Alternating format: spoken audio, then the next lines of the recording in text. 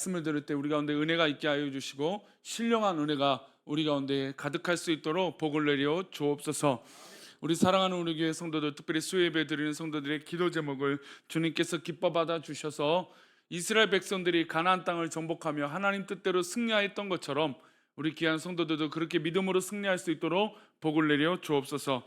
이 시간 범사에 감사하여 예물을 드리는 예물과 또 각양각색에 나와 하나님 앞에 기도하는 모든 제목들을 주님 기뻐 받아 주옵소서.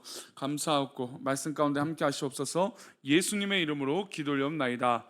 아멘.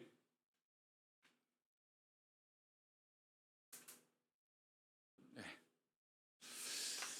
할렐루야. 네, 감사합니다. 이제 또 며칠은 또 계속 뜨거워지니까 우리 성도님들 건강 유의하시고, 이제 어제도 자는데 선풍기를 그냥 내내 틀어놓고 자도 이제 더울 때가 또 오는 것 같아요. 이제 비가 또 그치면 다음 주 또 주 초까지는 비가 안 온다고 하니까 그러면 또 계속 뜨거워지겠죠. 건강 유의하시고 강건하시기를 소망합니다. 네, 감사합니다. 예전에 그 TV를 좀 본 것 중에 하나가 이제 영화 이야기도 한편 했으면 좋겠고, TV를 보는 요즘 이제 잘 보지는 않지만 예전에 한때 참 계속 봤던 이 TV 프로가 있었어요. 그게 뭐냐면 걔는 훌륭하다라는 거 있고, 요즘은 이제 오은영 박사가 하는 이제 금쪽이 상담소 를 봅니다. 근데 사실 저는 좀 이게 답답한 경우들 만나면 좀 답답해서 보기가 싫어요, 사실은. 왜 답답함을 느끼냐면 아이들의 문제나 아이들이 막 괴팍한, 물론 뭐 태생적으로 문제가 있을 수도 있고 또 물론 본인이 문제가 있을 수도 있지만, 대부분 이 아이들의 어떤 건 삐뚤어지는 자세와 태도, 그 반항, 그리고 심지어 그 강아지 개들도 누구를 닮습니까? 결국 주인을 닮고 부모를 닮는다라는 거죠. 그래서 결국에 이 솔루션이라고 하는 이 치료법은 누구를 가르쳐요? 맨 처음에 주인을 가르치죠. 강영욱 이 지도사도 맨 처음에는 그 주인하고 상담을 합니다. 이 모니터를 봤더니, 녹화한 내용을 봤더니 주인이 이런 태도와 이런 모습이 있다. 그래서 최근에는 하도 많이 나오는 것 중에 하나는 사람을 무는 경우를 과연 어떻게 해야 될까? 근데 보니까 이제 세계적으로는 그래도 그러니까 사람에게 체벌을 하지 않잖아요. 사람에게 체벌을 하거나 벌 주는 건 좋지 않다라고 하는 의미를 어디까지 두냐면, 강아지에도 그러면 되면 안 된다, 그렇게 하면 안 된다. 근데 강현욱 지도사는 좀 이렇게 무는 개는, 어떤 좀 이렇게 하는 개는 좀 단호해야 된다라고 하는 입장이 좀 보이는 것 같아요. 그래서 좀 비난도 받는다고 하죠. 하여튼 이 무는 개는 얼마 전에도 뉴스에 피플 테리어가 두 마리가, 그냥 그것도 원래 진돗개도, 우리나라 진돗개도 얼마나 사나웁니까? 근데 이 피플 테리어가 막 달려 들어갔고 정말 피투성이를 만들어 놓은 끔찍한 사고가 있어요. 그러니까 보니까 주인이 목줄도 묶지도 않았고 가만두지, 컨트롤도 안 돼요. 보니까 주인이 결국 그 주인의 성향을 잘 아는 강아지들이 그냥 이 선량한 또 가만히 있는 개들을 공격해서 피해를 만든단 말이에요. 결국은 주인의 문제가 큰 거죠. 또 아이를 상담하는 경우들도 대부분 부모의 훈육의 태도와 부부 관계의 모습, 부모들의 모습이 아이들에게 투영이 된다라는 거예요. 그래서 최근에 영화 중에 하나가, 제목이 참 이렇게 따끔거리는 제목이 하나가 있어요. 내 부모의 얼굴을 보고 싶다, 이런 영화예요. 근데 학교에서 어떤 이제 아이가 좀 큰 사고를 당하고 또 죽게 되는 일이 있었는데, 한 아이가 이제 뒤집어 쓰게 됐죠. 근데 알고 봤더니 이 이제 학폭을 하고 또 괴롭혔던 아이들이 있었어요. 근데 그들의 부모들이 막 다 뭐 대단한 가문이고 집안이에요. 그래서 그들끼리 모여갖고 우리 아이들이 이 죽은 아이를 괴롭힌 사실을 드러나면 이제 우리 큰일 난다. 그러니까 우리 부모들이 한 네다섯 가정인데 우리가 단합을 해서 한 사람 바보를 만들자, 이게요. 쉽게 말하면. 그래서 실제로 그런 일들 했더니 이제 계속 하다 보니까, 거짓말을 하다 보니까 뭐가 나타나요? 증거가 나타나잖아요. 녹음한 것이 나타나고 막 이래요. 그러니까 자기네끼리도 막 싸우고 들통이 나죠. 근데 중요한 건 그런 모습, 아이들의 그런 이 모습들은 결국 죄송하지만 뭐 물론 100%라고 할 수는 없어요. 아이들이 악하기 때문에 하나님을 알지 못하는 믿음이 없는 자녀들은 아이들은 스스로 악하기 때문에 악한 것을 또 금방 배우죠. 뭐 그런 면도 있지만 분명한 것은 어디에 영향을 절대적으로 많이 받습니까? 부모님의 영향을 많이 받죠. 이거는 뭐 부인할 수 없습니다. 그러니까 자녀를 보면 부모님이 보여요. 아이들을 보면 부모님의 마음을 보고, 아이들을 보면 부모님이 어떻게 사랑하는지 보고, 아이들을 보면 부모님이 어떻게 평소에 훈육하는지 보게 돼요.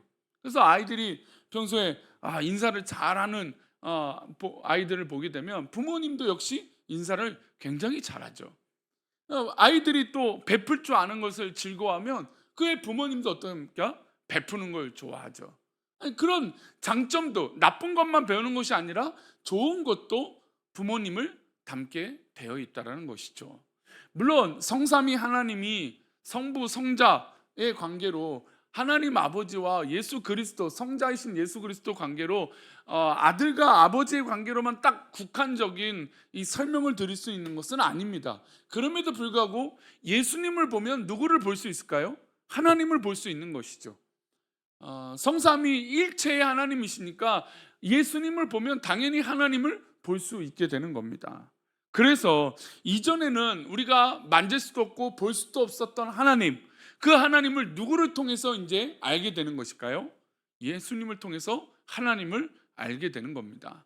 예수님을 보면 누구를 보게 되는 거예요? 하나님을 보게 되는 거죠. 마치 자녀를 보면 그 자녀의 부모님을 알게 되듯이 예수님을 보면 하나님에 대해서 피부로 느낄 수 있게 됐다라는 겁니다.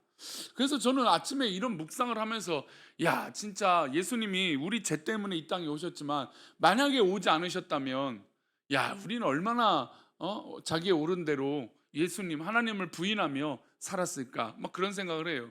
그러니까 역사적으로 사실이고, 이 역사적으로 본 사람들이 있잖아요. 예수님에 대해서 그 기록물들이 뭐 수도 없이 많잖아요.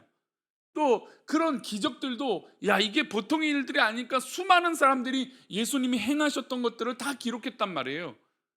그게 대표적으로 성경이고, 또 뭐 믿지 않는 사람들은 성경조차도 거짓이라고 말하니까 그게 아니더라도 수많은 문서들이 역사적으로 남아 있다라는 겁니다. 그러니까 예수님은 실제로 이 땅에 오신 분이고, 실제로 하나님의 모습을 보여주셨고, 또 실제로 기적을 통해서 많은 사람들의 병을 고쳐주셨고, 죽은 자를 살리셨다라는 겁니다. 그리고 그가 죽은 자 가운데서 부활하셨죠. 특별히 빌라도의 고백을 보면 우리는 반대쪽의 의견을 볼 수 있어요. 빌라도는 누구를 죽인 사람입니까? 예수님을 직접 자신이 판결해서 죽인 장본인입니다. 근데 그가 자신의 책임을 자신이 책임이 없다라고 하는 의미로 이 물그릇에 손을 넣어서 손을 닦습니다. 나와 저 사람은 상관없다, 너희들이 한 거다라고 하면서 손을 닦아요. 이런 고백과 역사적인 사건을 빌라도의 고백으로 자신이 다 기록한 것도 남아 있어요. 예수님을 심판하고 예수님의 과정들을 다 기록한 것. 그러니까 이것이 단순히 그냥 우리가 신앙적으로 접근하고 있는 신앙의 어떤 그런 이 기록이 아니라, 뭐 맹신적인 기록이 아니라 진짜 역사적인 기록이고, 사실을 기반해서 기록했던 것을 우리 성경을 통해서 알 수 있고, 역사적으로도 알 수 있다는 겁니다. 저는 그래서 사실 이런 부분들이 끼워 맞힐 때 참 신나요. 이제 목사도 이제 성경학자니까, 성경을 연구하는 사람으로서 이런 하나님의 일들이 딱 성경적으로 끼워 맞춰지고, 딱 그러니까 우리가 이해가 되고 탁탁탁 들어맞고, 어떻게 이렇게 할 수 있을까? 제가 최근에 감동된 사람은 누구일까요? 요한이에요. 요한. 예전엔 참 누가의 기록물이 참 대단해서, 참 그의, 제가 아마 기억하시면 아시겠지만 제가 부임했을 때 누가에 대해서 되게 많이 강조를 했었어요. 누가복음, 사도행전 얼마나 대단한 기록물이고 사실이냐. 이게 직업이 의사다. 그래서 이제 아마 우리 성도님들은 익숙하게 누가의 어떤 그런 배경적인 지식들을 가지고 계실 거예요. 근데 저는 최근에 이 사도 요한이 너무너무 놀라워요. 아니, 이가 배운 것도 그렇게 미천한 사람이고 어부였던 사람이고, 그런데 그가 예수님에 대해서 기록한 것이 굉장히 사실을 기반해서 팩트를, 소위 말해서 그 팩트를 자세히 잘 기억하려고 또 기록하려고 애를 쓴 것을 볼 수 있어요. 그래서 제가 주일 오후에 4월 23일 날 들고 지난 주일에도 있지만 또 다음에 오후 예배 때도 말씀드리지만, 사도 요한이 예수님에 대해서 이 특별히 장사를 지낸 전후, 그리고 자신들을 만나는 이 사건을 얼마나 자세하게 기록함으로 예수님에 대해서 이야기하고 있는 것이 너무 놀랍다. 그래서 사실은 저는 지난 주일에 설교하면서도 저가 막 굉장히 은혜를 받고 재밌었어요.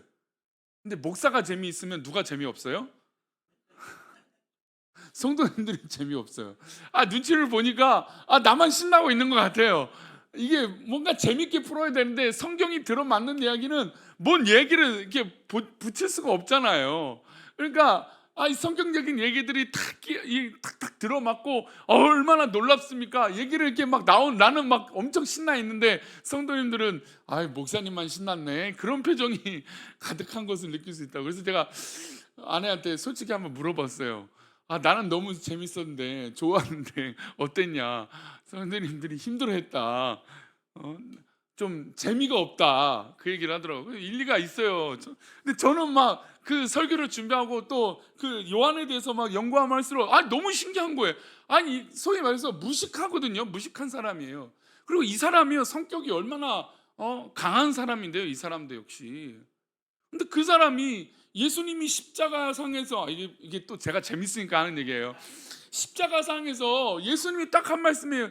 이제 네 엄마다, 어머니다, 너희 어머니다. 그러니까 예수님의 어머니 마리아가 이제 너희 어머니다, 이 말 때문에 예수님의 어머니가 돌아가시기 전까지 어떻게 합니까? 자기는 최대한 예수님의 이 유언을 받들어서 누구를 받들어 살아야 돼요?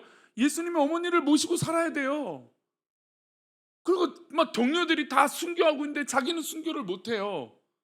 그리고 결국엔 반모섬에 갇혀서 있게 됩니다. 유배 생활을 하고 감옥 생활을 하는 거죠. 그런데 놀랍게 뭘 받아요? 요한계시록을 받잖아요. 성경에 어떻게 보면 완성을 이루는 사람이 돼요. 근데 오늘 본문에 또 있는 요한일서 1장 1절부터 3절, 제가 이 말씀은 참 예전에도 계속 나왔던 말씀인데요, 우리 성경을 읽고 이 요한이 기록한 것이 왜 위대하고 대단하냐면, 그가 사람들에게 말씀을 전하고 복음을 전하는데 뭘 가지고 계속해서 관점이 있냐면, 우리가 요한하면 무슨 사도라고 얘기해요? 사랑의 사도라고 얘기합니다. 그러니까 괴팍한 이 성격이 대단한 사람이 사랑의 사도가 돼요. 그래서 우리 요한 1서 2서 보면 사랑에 대해서 얼마나 따뜻하게 나와 있습니까? 서로 사랑하자, 서로 사랑하라고 하는 이 말씀이, 요한복음에서도 서로 사랑하라, 내가 너희를 사랑한 것 같이 너희도 서로 사랑하라, 이 말씀도 요한복음이에요. 그러니까 사랑에 관한 말씀들이 사실 이 괴팍한 성향을 갖고 있는 사람에게 드러나요. 이 설교를 들으시는 괴팍한 성향을 갖고 있는 분들이 사랑으로 변화되기를 축원합니다. 근데 요한도 역시 그런 사람이에요. 솔직히 괴팍한, 화가 많고 의협심도 있고 열심히 하는 사람인데, 놀랍게도 요한복음을 보면 자기를 감춰요. 원래 이런 사람이면 뭐예요? 내가 뭐 했다고 자랑해야 되잖아요. 내가 예수님 옆에서 뭘 했고, 내가 어떻게 했고, 내가 예수님의 사랑을 듬뿍 받았고, 그래야 되는데 요한복음 보면 뭐라고 써요? 사랑하는 제자. 그러니까 자기의 이름을 감춰요. 그 곁에 서 있는 제자. 그러니까 자기의 이름을 계속해서 감춥니다. 왜 그럴까요? 자기를 드러내기보다 정말 어떻게든 하나님, 예수님에 대한 이 관점을 사실대로 기록하려고 애썼기 때문이에요. 놀랍죠? 그러니까 이게 반응이 없다니까요. 이게 저 혼자 막 요한을 읽을 때마다, 요한복음 요즘 연구할 때마다 너무 놀라운 거예요. 어떻게 이 사람이 이렇게까지 디테일하게. 그러니까 예전에는 뭐 저도 이제 대학교로 신학교를 나왔기 때문에 요한 사랑의 사도, 성경을 요한복음 읽을 때 이 자기를 드러내지 않고 이런 건 다 문자적으로 알았어요. 근데 이가 의도적으로 계속 이걸 했다라는 걸 이해되면 될수록 너무너무 놀라워요. 근데 그 이유 중에 대표적인 하나가 뭐냐면, 자기가 기록한 게 너무 편향적으로 느껴질까 봐, 상대방이. 그러니까 그것을 읽을 때 사람들이 에이, 예수님의 제자니까, 얘는 뭐 예수님은 사랑을 받은 사람이니까 그렇게 썼겠지, 이런 오해를 받고 싶지 않아서 이가 굉장히 객관적으로 성경을 썼다라는 겁니다. 그래서 요한일서 1장 1절부터 3절은 자기가 단언컨대 이렇게 얘기를 하는 거예요. 우리 읽어보겠습니다. 1장 1절이요. 태초부터 있는 생명의 말씀이 관하여는 우리가 들은 바요, 눈으로 본 바요, 자세히 보고 우리의 손으로 만진 바라. 그러니까 지금 요한은 내가 보고 듣기만 한 것이 아니다, 내가 자세히 봤고 또 우리가 손으로 만져봤다. 그러니까 우리라는 것은 나만 봤다라는 게 아니에요. 이것도 굉장히 중요한 표현이에요. 내가 보고, 내가 자세히 보고, 내가 만져봤다, 이 얘기보다 야, 우리가 보지 않았냐, 우리가 자세히 봤지, 우리가 만졌잖아 라고 하는 얘기는 이 얘기의 사실을 더 굳건하게 받쳐주는 뒷받침이 되어주는 거예요. 우리가 만졌잖아. 2절입니다. 읽어보겠습니다. 이 생명이 나타내신 바 된지라 이 영원한 생명을 우리가 보았고 증언하여 너희에게 전하노니 이는 아버지와 함께 계시다가 우리에게 나타나신 바 된 이신이라. 이신이라, 이 생명이 누굽니까? 예수님이시잖아요. 예수님이 이 땅에 그렇게 우리가 보고 자세히 볼 정도로 나타나셨다. 우리가 보았잖아. 이제 우리가 이것을 증언해야 된다라는 겁니다. 근데 그 성경의 요한에게는 요한일서이겠죠. 근데 모든 이 서신을 받고 예수님을 직접 본 사람들에게 같은 동일한 마음으로 이 말씀을 이끌어내는 거예요. 여기서 지금 한 15분 정도가 만약에 공통된 추억이 있다면 그 추억을 다 같이 얘기하잖아요.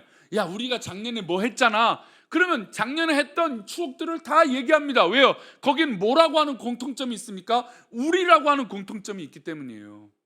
우리가 받고 우리가 했다는 것, 우리가 경험했던 것이 너무너무 귀하다, 이것을 계속해서 이 문장 가운데 강조하고 있어요. 그래서 이 예수님이 과연 어떤 분이냐? 하나님 아버지와 함께 계시다가 우리와 함께 우리에게 나타나신 분이 바로 예수님이시다라는 것이죠. 3절을 보겠습니다. 우리가 보고 들은 바를 너에게도 전함은 너희로 우리와 사귐이 있게 하려 함이니 우리의 사귐은 아버지와 그의 아들 예수 그리스도와 더불어 누림이라. 너희로, 이제는 복음을 받은 사람들에게, 사도 요한 나뿐만 아니라 우리가 본 사람들이 있는데 이제 믿지 않고 아직 복음을 받아들이지 않고 때로는 이 복음서를 받아들이는, 서신서를 받은 너희들이 이 우리의 증언을 통해서 우리와 가까워졌으면 좋겠다. 즉 이것을 믿었으면 좋겠다. 그래서 우리의 믿음과 우리의 사귐은 아버지와 그의 아들 예수 그리스도 더불어 누리는 것이다 라는 것을 우리라고 하는 단어로 이 요한은 기록하고 있는 거예요. 다시 말씀드리지만 여기서 나의 자아가 강하고 내 생각이 옳다라고 하는 사람들은 여기서 이 단어를 우리라고 쓰지 않아요. 왜요? 내가 본 것과 내가 만진 것이 명확하다면 내가 본 것이 있지 않냐 라고 얘기한다는 거예요. 그런데 요한은 철저하게 지금 성경을 어떻게 한다고요? 사실에 입각하여 이 말씀이 진짜라는 것을 늘 명심해 두니까 나라고 하는 불확실성을 없애기 위해서 무슨 표현을 씁니까? 우리라고 하는 확실성을 더하는 거예요. 놀랍죠? 단어 하나를 쓰는 것도요, 성경이요, 괜히 쓰는 게 아닙니다. 요한이 내가 쓴 거다라고 해서 나라고 할 수 있는 거예요. 충분히. 그래도 충분히 그 당시 가장 위대한 지도자 중에 한 명이고 교회의 지도자요, 예수님의 제자 아닙니까? 베드로 다음 아니면 요한 아니에요? 요한. 그러니까 그 정도로 인정받은 사람도 어떻게든 성경이 내가 예수님을 본 것이 너무너무 큰 정말 귀한 사실이다. 자, 다시 말씀드리면 서론으로 돌아가서 서론했던 말씀으로 돌아가면 아들을 보고 딸을 보면 누가 보인다고요? 요즘은 손주를 보면 누가 보여요? 할머니 할아버지들이 보여요. 손주를 보면 할머니 할아버지들의 모습이 보여요. 얼마나 이 손주들을 사랑하는지. 자, 그러면 지금 요한이요, 예수님에 대해서 직접 만져보고 자세히 봤다고 그랬어요. 자, 이것을 너희들이 알았으면 좋겠다. 우리가 느끼고 깨달은 이 사귐을 너희도 사귀었으면 좋겠다. 우리 함께 사귀자. 우리 주 안에서 믿어보자라는 얘기죠. 이 얘기를 딱 해줬습니다. 그러면 예수님을 본 사람들은 과연 누구를 본 게 된 걸까요? 하나님에 대해서 본 거죠. 왜? 우리가 마치 자녀들을 보면 부모님을 본 것처럼 예수님을 보면 하나님에 대해서 알 수 있는 거죠. 왜요? 성삼위 하나님은 성삼위 삼위일체이시기 때문이죠. 그러니까 당연히 예수님을 보면 하나님에 대해서 알 수 있어요. 우리가 예수님이 이 땅에 오시지 않았으면 아직도 우리는 하나님에 대해서 불확실성이 있었을 거예요. 그러나 예수님이 이 땅에 오심으로 하나님에 대한 존재가 더 확실해진 거예요. 그러나 이 시대가 왜 악해지냐? 하나님에 대한 존재를 자꾸 부인하는 거예요. 교회가 나쁜 짓을 했지 하나님이 나쁜 짓을 한 것이 아니거든요. 목사가 나쁜 짓을 한 거지 하나님이 나쁜 짓을 한 것이 아니에요. 근데 세상은 이것을 마치 하나로 만들어 버려요. 그리고 마귀는 이것을 희석시켜요. 하나님이 없다. 야 봐라, 교회가 저러는데 무슨 하나님이 있냐? 이렇게 희석을 시킨다는 거예요. 그리고 우리 스스로도 그런 경각심이 없어요. 우리 스스로도 하나님 살아계심을 믿는다면 그렇게 행할 수 없는 것이죠. 그런데 우리가 자꾸 넘어지고 우리가 자꾸 하나님을 멀리하는 건 내 삶 가운데 하나님 살아계심을 자꾸 잊어버리고 있다는 거예요. 예전에 믿었던 그 믿음이 지금 나를 견디게 하고 이기게 하고 있는 것처럼 착각하고 있는 거예요. 예전의 믿음은 뭐 지금 믿음은 내가 어떻게든 하나님 살아계심을 믿고 계속해서 하나님을 붙잡고 살아가느냐 이것입니다. 오늘 새벽에도 참 말씀이 은혜가 되었는데 여호수아가 아이성에서 전투에 실패했어요. 물론 아간의 범죄였지만 이가 실패했던 중요한 이유, 또 다른 이유 하나는 이전에 여호수아의 주어, 여호수아의 맨 앞장서서 나오는 말씀, 여호수아 장군, 이 위대한 지도자의 맨 앞에 나오는 단어는 누구였습니까? 여호와께서라고 하는 단어예요. 그러니까 여호수아는 여호와께서라고 하는 단어 이후에 움직였던 사람이에요. 그런데 아이성 전투를 앞두고 이가 어떻게 바뀌냐면 여호수아가 사람을 보냈다라고 나와요. 이 얘기는 무엇입니까? 지금까지는 하나님 살아계심을 믿고 잘 기다렸다가 지금은 이 정도쯤은 괜찮겠지 하는 인간의 교만함으로 하나님 살아계심을 기다리지 못하고 하나님 말씀을 받아들이지 못하고 내 마음대로 판단하고 산다는 거예요. 자, 지금 시대가 그렇지 않습니까? 지금 한국 사회가 그런 사회 아닌가요? 한국 교회들이 그런 상황 아닙니까? 이 정도는 뭐 내 마음대로 해도 되겠지. 이 정도쯤은 괜찮겠지. 하나님의 말씀을 떠난 상태로 자꾸 그렇게 삶을 사니까 교회가 힘이 없죠. 교회가 넘어지는 것이죠. 사도들과 제자들은 이제 더 이상 하나님에 대한 존재 증명할 필요가 없습니다. 왜요? 왜 필요 없었을까요? 이전에는 하나님에 대한 존재 증명을 해야 돼요. 하나님 계시는가? 그러나 예수님 이후로는 필요 없어요. 왜요? 제자들이 누구를 봤기 때문에? 예수님을 봤기 때문이죠. 요한복음 14장 7절 말씀입니다. 함께 읽겠습니다. 너희가 그를 알았고 또 보았느니라. 너희가 나를 알았더라면 내 아버지도 알 것이다. 이제부터 너희가 그를 알았고 또 보았느니라. 이 말씀이 어디 기록되어 있어요? 요한복음이니까요. 제가 요즘 감동되는 이유가 그래서 요한이에요. 이 정도 설명해 드리면 이제 요한복음을 요즘 왜 목사님이 자꾸 강조하는지 느끼실 거라 생각이 듭니다. 제자들은 더 이상 하나님에 대한 존재를 의심할 필요가 없어요. 증명할 필요가 없어요. 예수님을 봤기 때문에 이제 자신들이 하나님에 대해서 충분히 이해할 수 있는 기초가 생겼던 것이죠. 그리고 예수님이 행하신 기적들은 아무나 할 수 있는 것이 아니에요. 예수님이 하신 기적은 정말 예수님이시니까, 또 신성이니까, 하나님이시니까 가능한 기적을 보여주시죠. 우리 요한복음 20장 30절 31절인데요 함께 읽겠습니다. 시작. 예수께서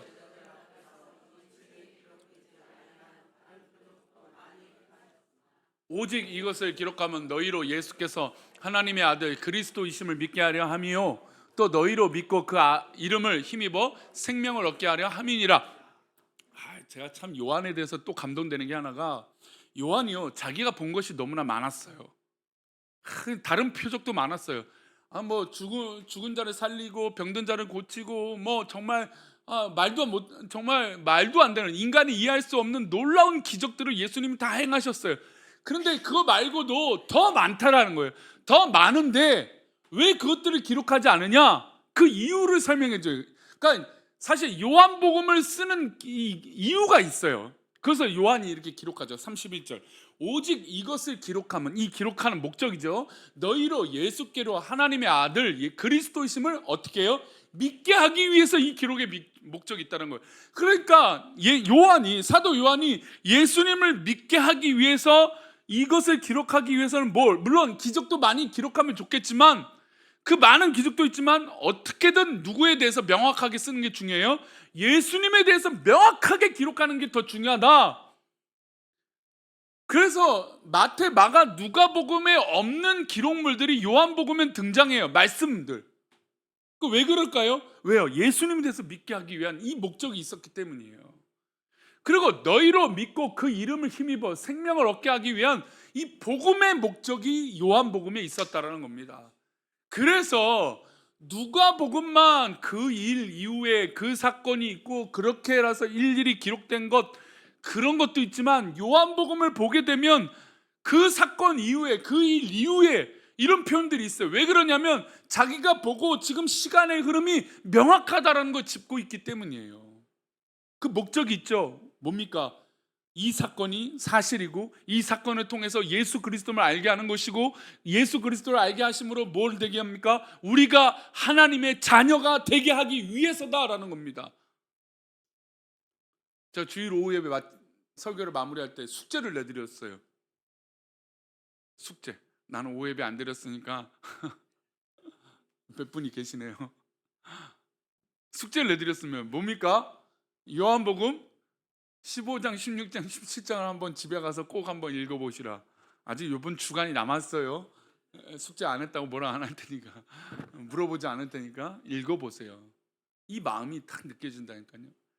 심지어 요한뿐만 아니라 예수님도 고아와 같이 버려둔 이 사도들, 예수님이 이제 십자가에 달려 돌아가시니까 이제 얼마나 또 이 초반에 흔들려요. 그러니까 그 마음이 너무너무 안타까워요. 그러니까 예수님도 이 땅에 계셨던 게 인간의 몸을 입었다라고 하는 너무나 이 어려운, 그러니까 나는 참 좋은 옷을 입는데 갑자기 이제 우리 성도님들 어렸을 때 막 꼬맨 옷을 이제 입을 수 있으세요? 없죠? 이제는 안 그렇잖아요. 그러니까 예전에 어렸을 때, 어려웠을 때, 또 참 힘들었을 때는 막 집에서 꼬매서 밤새 어머니가 옷을 꼬매서 다음날 입을 수 있도록 해주는 게, 저도 초등학교 1학년 때 그런 기억이 있는 것 같아요.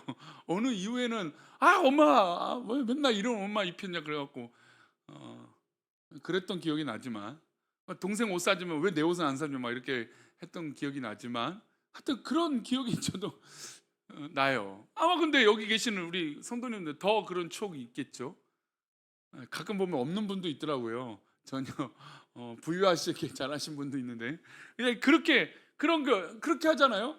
옷을 깨맨 옷을 입어요. 어려웠잖아요. 근데 지금은 그렇게 하라면 해요, 안 해요? 안 해요.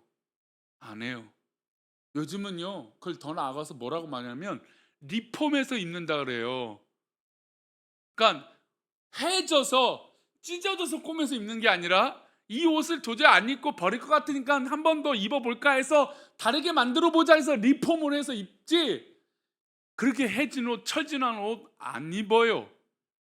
그 요즘에 음식 쓰레기 다음으로 가장 고칫거리가 뭔지 아세요? 예전에는 옷 수거함에 옷에 제한이 없었어요. 어떤 종류도 상관없었어요. 근데 요즘은요, 이 옷은 버리면 안 됩니다, 이런 신발은 버리면 안 됩니다 라고 문구가 들어가요. 너무 많이 버리니까, 너무 많이. 그저께 이제 어젠가요? 어제 이제 또 뉴스를 보다가 어느 하도 버리는 사람들 많으니까 저는 이해가 되더라고요. 어떤 할머니가 지나가다가 건물 밑에 짐들이 이렇게 쌓여 있는 거예요. 물론 얼핏 보면 이건 이삿짐이다 생각하는데, 누가 봐도 이거는 뭐 버리는가? 그럴 수 있을 것 같아요, 저는. 근데 할머니가 보더니 딱 보더니 이거 뭐 뭔가 이거 버리는 건가? 그리고 친구 한 명을 데리고 와서 막 주워 담고 필요한 것을 가져오고, 또 좋은 건 잘 하시더라고요. 태블릿도 가져갔다 하시더라고요.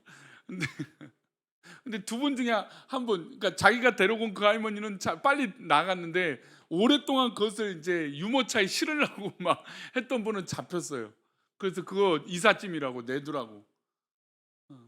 그러니까 왜 그러냐면 요즘이요, 아파트 이제 좋은, 요즘 이사하는 아파트, 최근에 입주하는 아파트, 뭐 이렇게 아파트 가면요, 버리는 게 너무 좋은 쓸만한 것들이 있어요. 물론 뭐 저도 주스로 다니지는 않지만 정말로 충분히 주워서 쓸 만큼 해서 해도 괜찮겠다 하는 것들이 보여요. 아니, 이제 그런 시대가 됐죠. 아니, 그런 사람이 갑자기 헌옷을 입어라? 안 되잖아요. 그러니까 예수님이 그런 거예요. 하나님이신 예수님이 인간의 몸을 입었다? 이거는 사실 굉장히 어렵고 힘든 일이에요. 그런데 예수님이 인간의 몸을 입고 사시는 동안 자신의 삶을 후회하지 않으셨어요.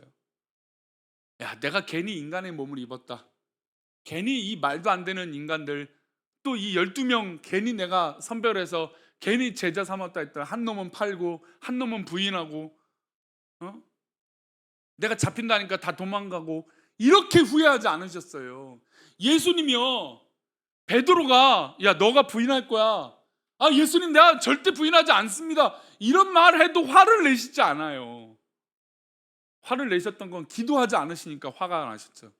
기도 좀 해라 했더니 바로 잠을 자버리고, 예수님은 막 속도 모르고, 예수님 속도 모르고 정말 땀방울이 핏방울 되도록 땀 흘려 기도하고 있는데 저 가서 피곤하다가 졸고 있으니까, 그래서 예수님은 기도 좀 하라고, 깨어 있으라고 얘기를 하셨지, 이 제자들 보고 너희 나쁜 놈들아 이러시지 않으셨어요.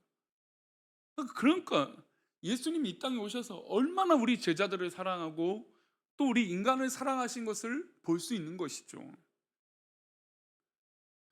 요한복음 20장 30절 31절은 그 증거가 나타났다 했죠. 우리 한 구절을 더 보겠습니다. 14장 9절 말씀입니다. 함께 읽겠습니다. 예수께서 이르시되 빌립아 내가 이렇게 오래 너희와 함께 있으되 내가 나를 알지 못하느냐? 나를 본 자는 아버지를 보았거늘 어찌하여 아버지를 보이라 하느냐?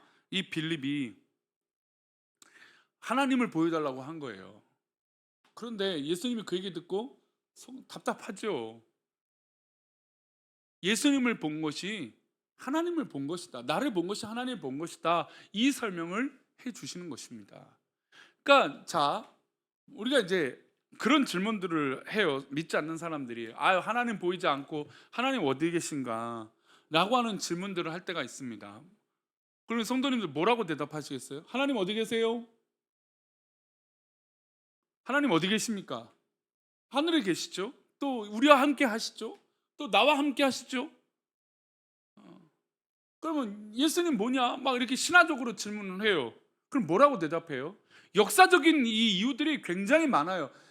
그러니까 스스로 예수님이 역사적인 사실인가, 그냥 뭐 네이버나 어디 그 포털 사이트 가서 검색만 해도 예수님이 역사적인 인물이라 된 건 부인하지 않아요. 역사적인 사실이라는 걸 다 인정해요. 과학적 사실이라는 걸 다 인정해요. 그러면 그들이 궁극적으로 묻는 건 뭐냐? 우리들의 삶에서 하나님이 보여주고 있느냐 이겁니다. 사도 요한이 그렇게 말하잖아요. 우리의 사귐은, 그러니까 우리가 같이 이렇게 믿을 수 있는 건 우리가 보고 우리가 만지고 우리가 자세히 들여다보고 우리가 만진 바를 너희들이 우리와 사귐으로 하나님의 자녀로 만들게 하는 게 우리의 목적이다. 우리가 그렇게 됐으면 좋겠다. 그러면 우리 성도님들에게 그렇게 묻는다는 건 성도님들 삶 속에서 누구를 보고 싶은 거예요? 믿지 않는 사람들이 하나님을 보고 싶은 거예요. 예수님을 보고 싶은 거죠. 그러니 우리 세상 사람들이 참 악랄하게 우리를 공격해요. 믿지 않는 사람들이 참 악랄하게 우리를 조소하고 우리를 놀리려고 해요. 우리를 괴롭혀요. 그러나 오히려 이것은 우리에게 기쁨입니다. 우리가 그것을 이기면 우리를 통해서 하나님 드러나셔서 그들이 깨닫게 될 줄 믿습니다. 그러니 어떤 어려움이 와도 어떤 유혹이 와도 넘어지지 마시고 하나님의 마음으로 그들을 품고 내 삶을 통하여 하나님을 보여줍시다. 내 삶을 통하여 그리스도를 보여줍시다. 그러면 하나님 기뻐하시는 놀라운 역사와 은혜가 넘치게 될 줄 믿습니다. 아멘. 우리 찬양하겠습니다. 우리 내가 매일 기쁘게, 성령이 계십니다. 하나님 계십니다.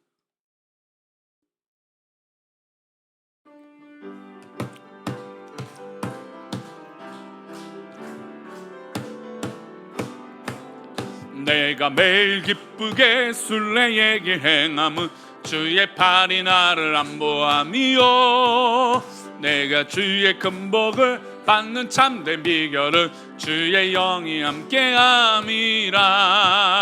성령에 계시네, 할렐루야 함께하시네. 좁은 길을 걸으며 밤낮 기뻐하는 것 주의 영이 함께함이라.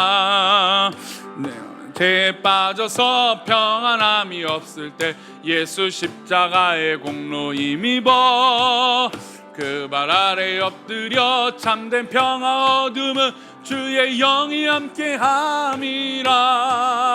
성령이 계시네, 할렐루야 함께하시네.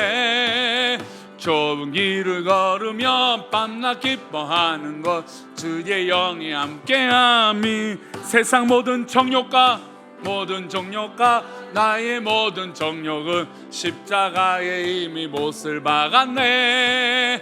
어두운 밤이 지나고 무거운 짐 벗으니 주의 영이 함께함이라. 아멘. 성령이 계시네, 할렐루야 함께하시네. 좁은 길을 걸으며 밤낮 기뻐하는 것 주의 영이 함께. 성령이 계시네, 할렐루야 함께하시네. 하는 것 주의 영이 함께하니라. 할렐루야. 성도님, 혹시 외로우십니까? 혹시 괴로움이 있으십니까? 어려운 난간이 있으십니까? 고민이 있습니까? 기도의 제목이 있습니까? 앞으로 무엇을 하려고 하십니까? 성령이 여러분과 함께 하실 줄 믿습니다. 이 시간 함께 기도할 때 하나님, 나의 앞에 있는 이 고민과 염려와 하나님 기도 제목이 성령이 함께 하심으로, 예수님이 함께 하심으로, 우리 하나님이 함께 하심으로 이기게 하여 주옵소서. 능히 감당하게 하여 주옵소서. 이 시간 우리 다 같이 주여 한번 부르짖고 기도합니다. 주여. 하나님, 우리가 주의 이름으로 이렇게 이기기를 원합니다. 하나님, 낙심소리 나가는 것이 아니라 믿음으로 이겨나가기를 원합니다. 하나님 아버지, 함께하여 주시고 그 능력으로 살아갈 수 있도록 힘과 은혜를 더하여 주옵소서. 오 주여, 기름 부어 주셔서 하나님 기뻐하심으로 나아가며 그 영광 속으로 살아갈 수 있는 그 큰 힘과 능력이 있을 수 있도록 복을 내려 주옵소서. 아버지 하나님께서 기뻐하여 주셔서 정말 하나님 기뻐하시는 놀라운 은혜가 하나님 정말 이 말씀 가운데, 이 설교 가운데, 또 우리 삶 가운데, 우리 생활 가운데 드러나게 하여 주시고 성령이 함께 하심으로 하나님 그것을 이겨낼 수 있도록 복을 내려 주옵소서. 우리 성도들이 고민과 염려와 걱정과 하나님 앞에 놓여있는 그 모든 기도의 제목들 주 앞에 자유케 되게 하여 주옵소서. 주 앞에 승리하게 하여 주옵소서. 주님의 이름으로 승리할 수 있도록 복을 내려 주옵소서. 주께서 함께 하여 주심으로, 주님의 은혜를 내려 주심으로, 주께서 함께 하여 주심으로 주의 능력이 넘치게 하여 주옵소서. 오 주여, 함께 하여 주옵소서. 오 주여, 우리와 동행하여 주시어서 우리의 고민과 염려와 모든 상황들을 주님의 놀라운 은혜로 붙들어 주셔서 하나님 크신 은혜로 나아가며 그 영광으로 승리할 수 있는 믿음의 삶이 우리 가운데 있게 하여 주옵소서. 주여.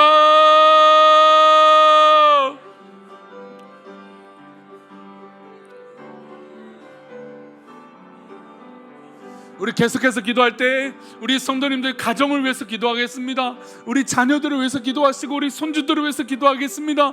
하나님, 우리 손주들에게, 우리 자녀들에게 하나님 살아계심을 알게 해 주옵소서. 하나님을 만나게 하여 주옵소서.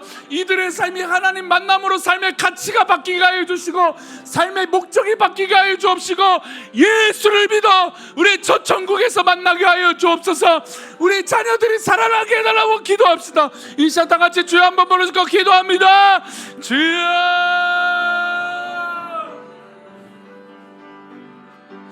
하나님, 우리 자녀들을 위하여 기도합니다.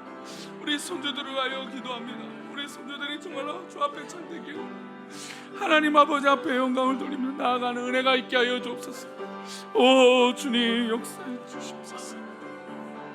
아버지 함께 하여 주옵소서. 아버지 은혜를 내려주옵소서. 아버지 하나님께서 은혜를 내려주옵소서.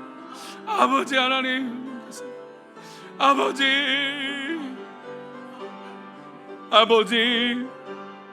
하나님, 아버지 은혜를 베풀어 주옵소서.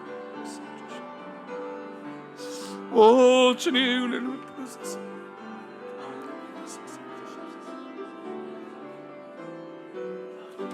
아버지 함께하여 주셔서, 오 주님, 은혜를 내려주셔서 하나님 기쁨으로 나아갈 수 있도록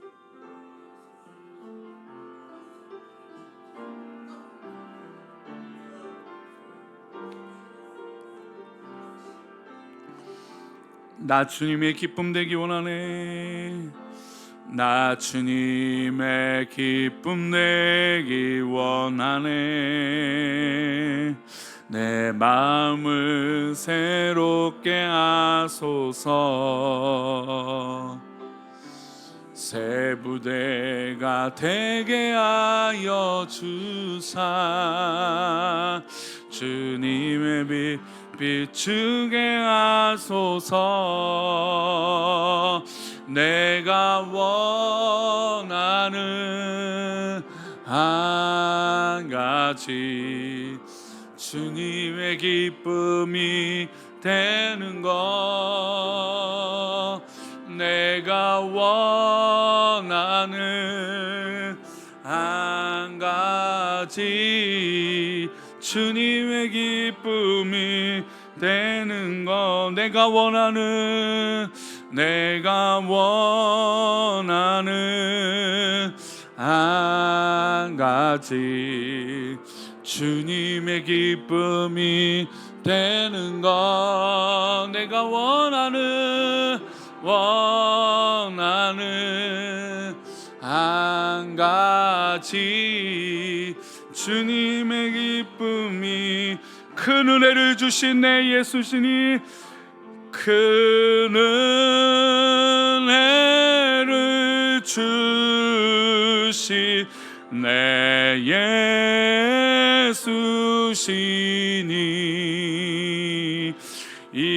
이전보다 더욱 사랑하 큰 은혜를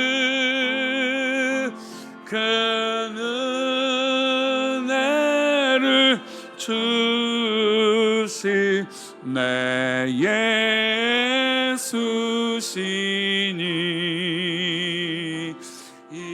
이전보다 더욱 사랑합니다.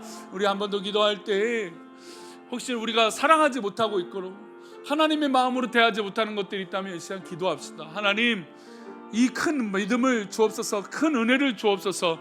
더불어 우리 목장 식구들과 우리 교회에 사랑하는 우리 식구들, 또 믿음이 없는 식구들을 위해서 기도합시다. 하나님, 그들에게 믿음을 주옵소서. 하나님을 더욱더 만나고 하나님을 더욱더 사랑할 수 있는 큰 믿음을 주옵소서. 나에게도 주시고 우리 모든 공동체에 큰 믿음을 주옵소서. 우리 목장 식구들에게 그 큰 믿음을 주시고 하나님, 우리가 포기하거나 낙심하지 않게 달라고 기도하고, 또 우리 병약한 성도들을 하나님 치료해 주옵소서. 이 시간 우리 다 같이 주여 한번 부르짖고 한 번 더 기도합니다. 주여,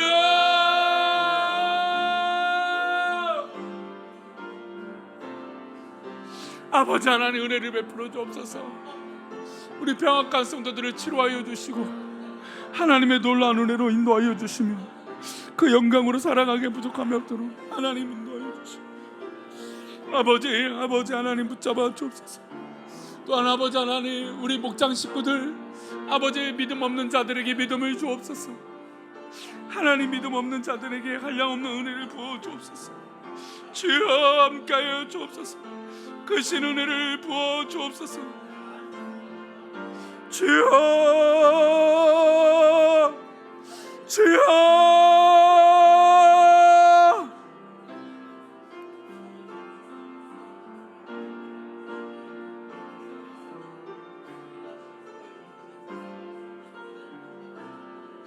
아버지, 우리 사랑하는 식구들에게 믿음 주시고 은혜를 주시고 이겨낼 수 있는 힘을 주시고 체력과 건강을 허락하여 주시고 넘어져 있는 성도들에게 큰 믿음 주시고 한량없는 은혜를 부어 주옵소서.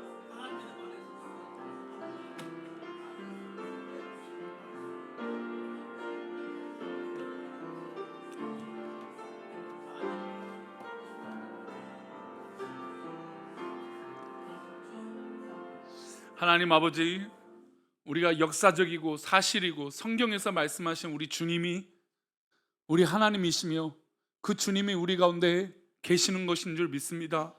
우리가 이 믿고 우리가 알고 있고 우리가 은혜를 경험한 이 사실을 우리 믿지 않는 식구들에게, 또 믿지 않는 우리 자녀들에게, 손주들에게, 또 믿음이 연약한 자들에게 이 복음을, 이 말씀을 전할 수 있는 은혜를 허락하여 주옵소서. 하나님, 우리에게 이 큰 은혜와 사랑을 부어주셔서 이전보다도 더 주님을 사랑할 수 있도록 은혜를 베풀어 주옵소서. 주께서 우리 사랑하는 우리 교회 성도들을, 또 이 수예배 드리는 성도들을 지키시고 인도하여 주실 것을 믿사오며 거룩하신 예수 그리스도 이름으로 기도하옵나이다. 아멘. 하늘에 계신 우리 아버지 이름이 거룩히 여김을 받으시오며 나라의 임하옵시며 그 안에서 이룬 것 같이 땅에서도 이루어지이다. 오늘날 우리에게 일용할 양식을 주옵시고 우리가 우리에게 죄 지은 자를 사하여 준 것 같이 우리 죄를 사하여 주옵시고 우리를 시험에 들게 하지 마옵시고 다만 악에서 구하옵소서. 대개 나라와 권세와 영광이 아버지께 영원히 있사옵나이다. 아멘.